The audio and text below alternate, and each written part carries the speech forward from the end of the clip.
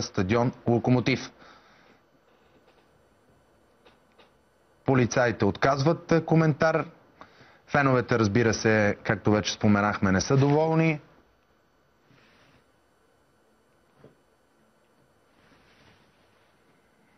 Продължават на глас да изразяват своето недоволство.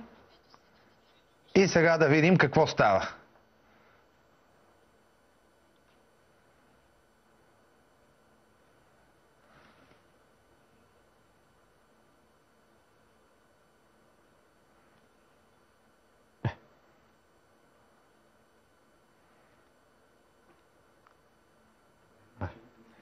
Полицията прибира един от феновете на Локомотив София.